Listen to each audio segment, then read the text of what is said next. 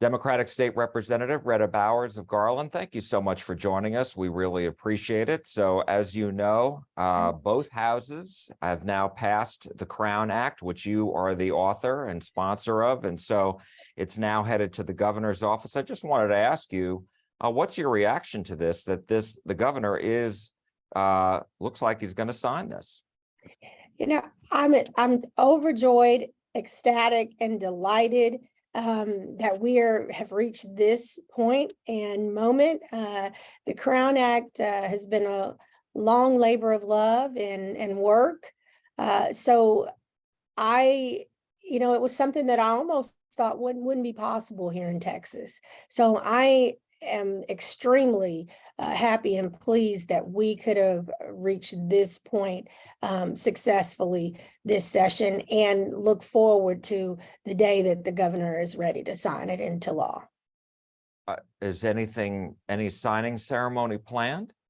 We haven't heard yet, Jack, and I'm just hoping that that is what he will allow. As you know, he can just sign on the dotted line, in his office. He can choose to not put his name on it, but I'm hoping that he will give it and grant it a signing ceremony with all the pens and all the people there to celebrate such a historic moment.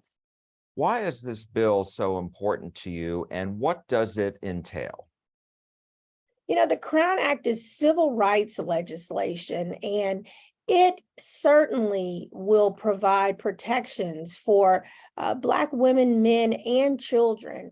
It's really for all of us to make sure that people are not denied, children not denied classroom instruction when it comes to education, or to be able to walk the stage with their classmates to celebrate a graduation, that people are not held from being promoted, from getting hired.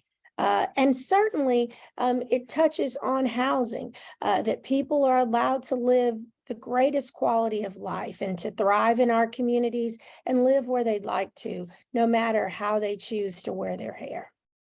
And so you're talking about essentially protective hairstyles, right? So what does that include? Protective hairstyles would include braids, locks, bantu knots, wearing a curly wash and go, as I am wearing, and some women are wear their hair naturally, if we talk about women in this case, but it is blown out and it is straight. It is just literally showing up as your authentic self and being able to enter those classrooms, boardrooms, and neighborhoods just as you are and be accepted. How big of a problem has this been to necessitate a bill like this? We came into last session when I first introduced this bill based on a call I got from Washington from my sorority sister, Ajwa B. Asamoah. She's the co-creator of the Crown Act, as well as the policy lead, but also the Crown Coalition. And the call came in, Jack, and back in 2018, when she started it, she called me the summer of 2019, before the DeAndre Arnold story broke out, and asked me to do it. And we knew going into the 21 legislative session, the 87th, that it was going to highly be education and awareness. We had hoped to see passage last session, but we certainly felt that education and awareness was going to be our foundation. And the bills passed, I think 29-1 in the Senate, 143-5 in the House. Yes. What were some of the concerns expressed by the few who opposed it? I just think people didn't understand what the bill was about. Some people made jokes and they laughed and thought, aren't there more important things to talk about or to deal with? And there are so many issues that we face in the state of Texas, but this is certainly more important than they ever thought it would be. This bill touches a little bit on DEI. It is a discrimination civil rights bill that deals with race. And we certainly want to make sure that we claim it as a historic victory when it comes to civil rights legislation, to making sure that people feel accepted as their authentic selves and as who they are. It's deeper than hair. I just think that I have to say that, because people try to say, why do we need to talk about hair? What a waste of time. What a waste of money. But certainly not. One of my Republican colleagues said to me, Rhetta, I know this bill was important to you. And I said, yes, it was, but it certainly is important to so many other people and so many more Texans. And my other question about this, as far as, what impact does it have on, let's say, if workers are in a plant, a manufacturing plant, they have to wear head coverings, et cetera. They can still do that, right?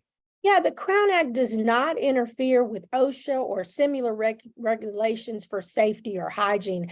For example, it would not prevent someone from having to wear a hairnet for food service or preparation job. So it certainly does not interfere with any regulations from OSHA.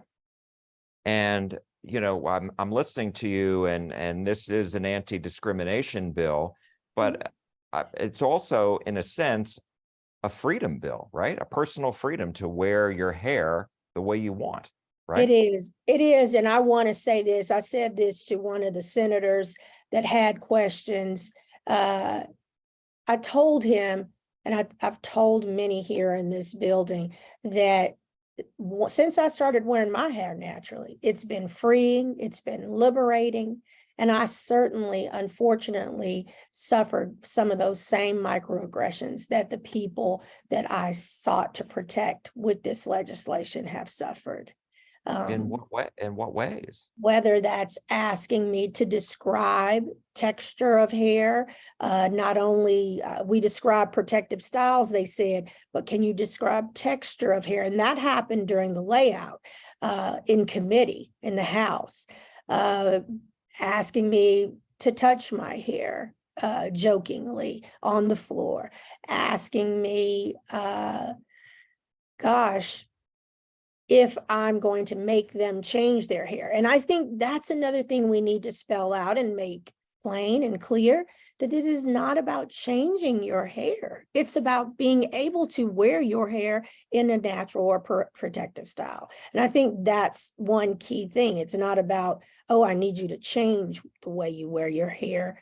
It's that you're allowed to wear it the way you wish. And some people say that we're allowed to rock our crowns the way we see fit. And so I appreciate that. And I did want to ask you about another issue coming to the fore as we speak, and that is Governor Abbott earlier this week threatened to call a special session over the school choice bill. He's not pleased with the House version. He prefers the Senate version. And so I wanted to ask you, where are you on the school choice issue?